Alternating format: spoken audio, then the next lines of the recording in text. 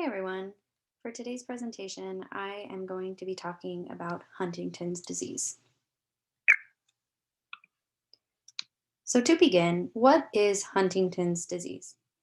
Huntington's disease is a brain disease that is passed down in families, and it is caused by a DNA mutation in the gene called the Huntington gene.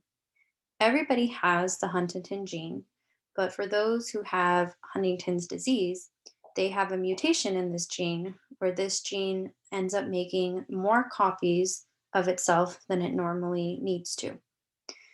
The brain is typically affected overall, but certain parts are more vulnerable than others, with the striatum being the part of the brain that is most affected, which is responsible for controlling our mood, movement, and behavioral control.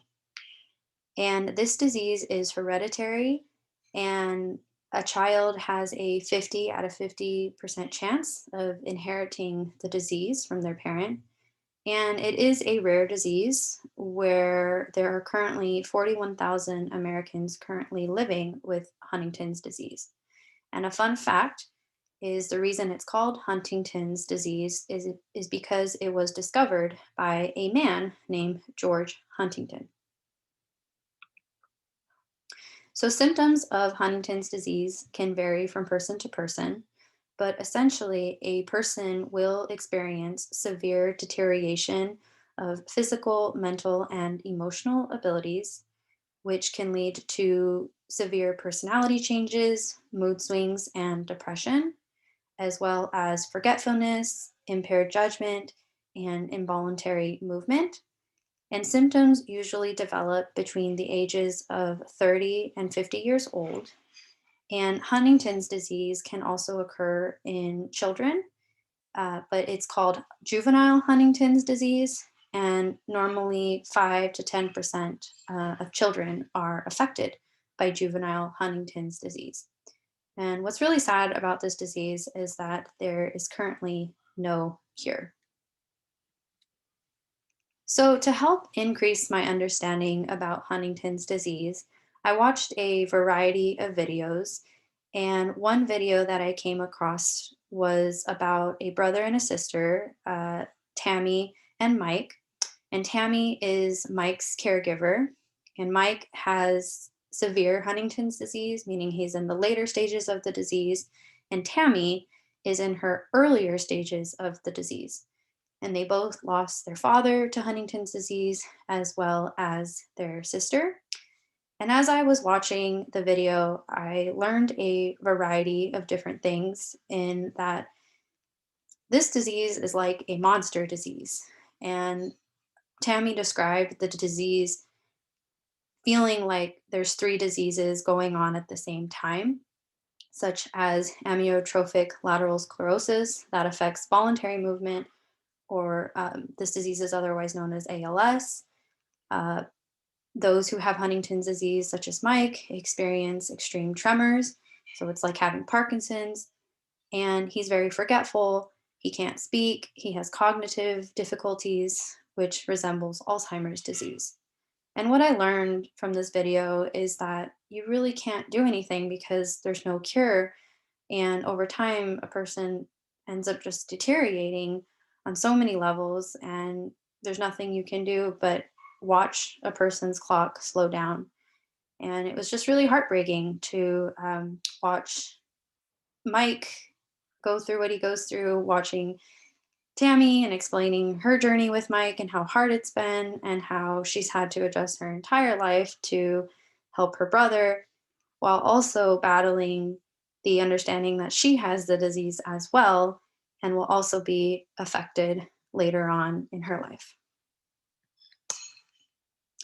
Another piece of media that I came across was a patient story that was featured on Northwestern Medicine's page. And I read about a woman named Jill Briseno. And Jill wrote her story by describing when she was diagnosed with Huntington's disease as being in the prime of her life. She was 41 years old. She was thriving with her husband. Her kids were in college. She was doing really well at work. And then she got diagnosed with Huntington's disease from her father. And at first, she talks about the difficulties of how hard it is to live with knowing that you have a terminal illness. And what I learned from her article is how difficult it is to just live everyday life, quote unquote, normally.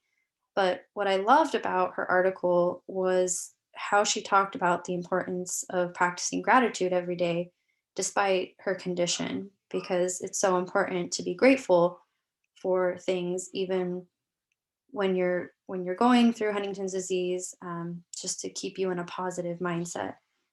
And I really liked her message, that it's so important to live each day as if it were her last.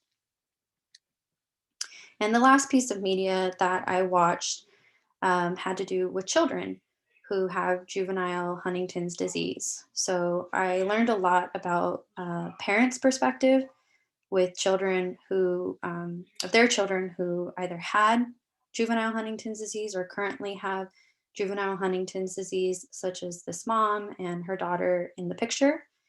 And what I learned from these parents is that it's extremely difficult as a parent to watch your child experience such a vicious disease. And it's so hard for the family to lose a loved one at such an early age, and the entire family dynamic is impacted. One woman shared that her daughter woke up in the middle of the night one night and came into her room and her husband's room and started beating them with a bat. And she didn't understand what was going on. Her daughter, and she wasn't able to speak because at that point she had already lost um, her speech. And she just remembers her daughter crying and looking at her mom. And the mom described the daughter as just not knowing what she was doing. So that really taught me how hard it is to watch their children go through this disease, and how emotional that is for a parent. So overall, what I learned from watching these videos, and reading about the story online is that this disease really takes over so many areas of life, and it really reminded me of the biopsychosocial model, where biological, psychological, and social areas are all impacted. And that's why occupational therapy is so important in helping individuals who have Huntington's disease. We can play a role in helping these individuals in so many different ways by helping them to continue engaging in occupation based activities that are meaningful and that bring purpose to their life.